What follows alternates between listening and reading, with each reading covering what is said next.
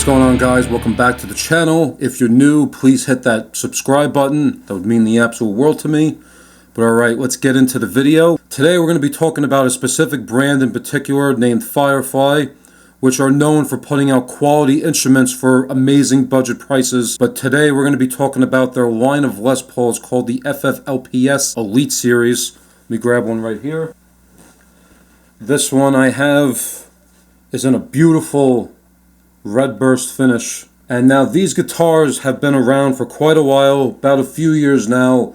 This one in particular costs around $230 USD shipped, which is, just by the look of it alone, is incredible. But what really attracted me to this brand was the amount of different finishes they offer in this Les Paul shape. As you can see in the background, I have quite a few of them. But with the Firefly in their own line, they have what's called the Bat series, which are pretty much copies of the old Gibson Black Widow series in similar colors.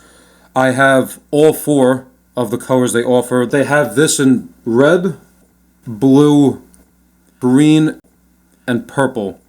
And I also have two other finishes in a silver burst and a spalted maple natural veneer finish. And at the time of filming this, they have these for sale. I'll put a link down in the description below if you're interested. But let's go over the specs real quick. You have a mahogany body, a quilted maple top, which actually looks really nice. Mahogany neck. It's a set neck design with a rosewood fingerboard. Your typical pickup layout for a Les Paul, two humbuckers, hardtail bridge, two volumes, two tones, the three-way pickup selector. And what's interesting is it has a bone nut, not a plastic. Some people think that for this price point and the fact it's an import, that it would have, a cheap plastic nut. According to their website, it's bone. There hasn't been anybody to disprove that, but it doesn't pinch on me, it doesn't bind. It keeps the tuning really well with the tuners, which I'll talk about now. These tuners feel exactly like Grovers, and my honest suspicion, I believe these are Grovers, just without the name on them. Like, they're probably made in the same factory, except they're just not branded as Grovers, they're just left unnamed. It stays in tune, like, fantastic. Like, it stays in tune just as good as my high-end Epiphone, which is behind me. I have an Epiphone Modern, the burgundy finish. That'll be another future review. Fantastic guitar. But this guitar goes toe-to-toe with that for literally almost half the price. But alright, let's plug this thing in. Let's do a little bit of clean, some gain, some high gain. Let's check it out, shall we?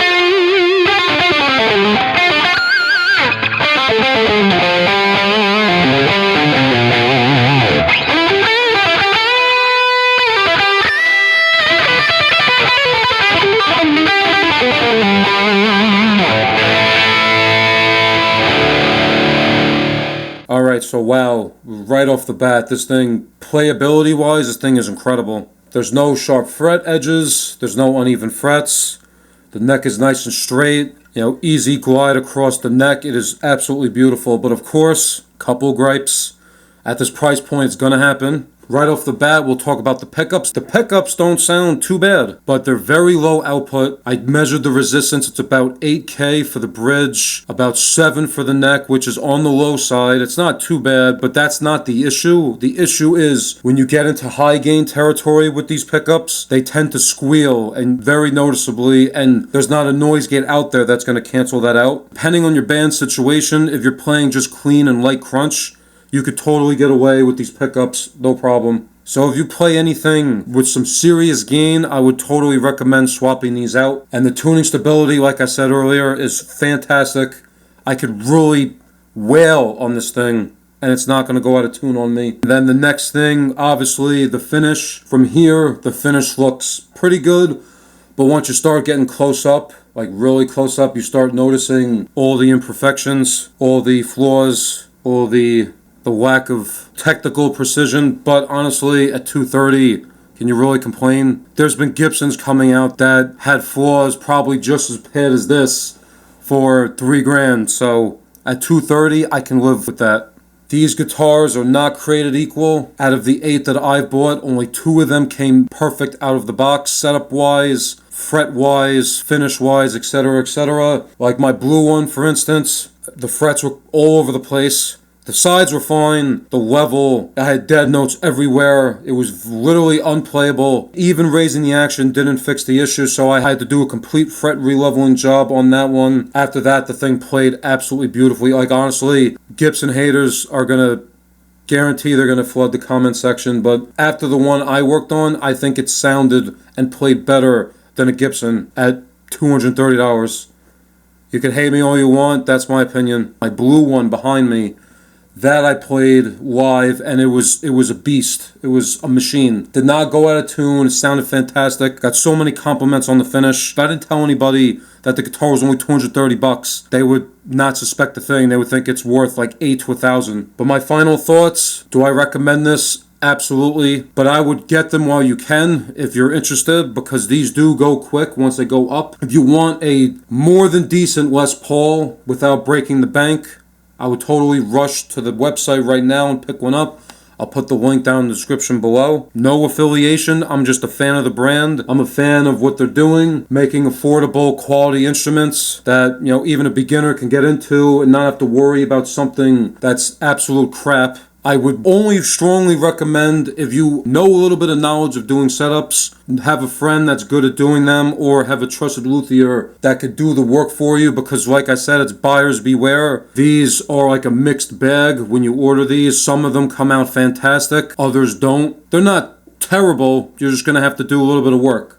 Like fret releveling might be a thing, or spot leveling, filing down the nut to get the action lower at the headstock. Swapping out the pickups if you're trying to do some metal or super high gain. Even the bridges too. A lot of the bridges on these, the saddles, they're not supposed to sway. I can pluck the string and you can literally see the saddle move as I pluck or even bend the string, which is absolutely no good. The bridge on this one is okay, but on some of them, you'll pluck a string and you can actually hear the buzzing. Depending on the one you get, if I was to swap out pickups, if the bridge is crap, definitely swap the bridge out. You could get a nice Goto one. This will fit this no problem for like around $30 on eBay. But other than that, I would absolutely recommend these. But alright, that's going to be the video. If you like this review, please hit that like and subscribe button. But thank you guys for tuning in. I'll see you in the next gear review. Have a good one.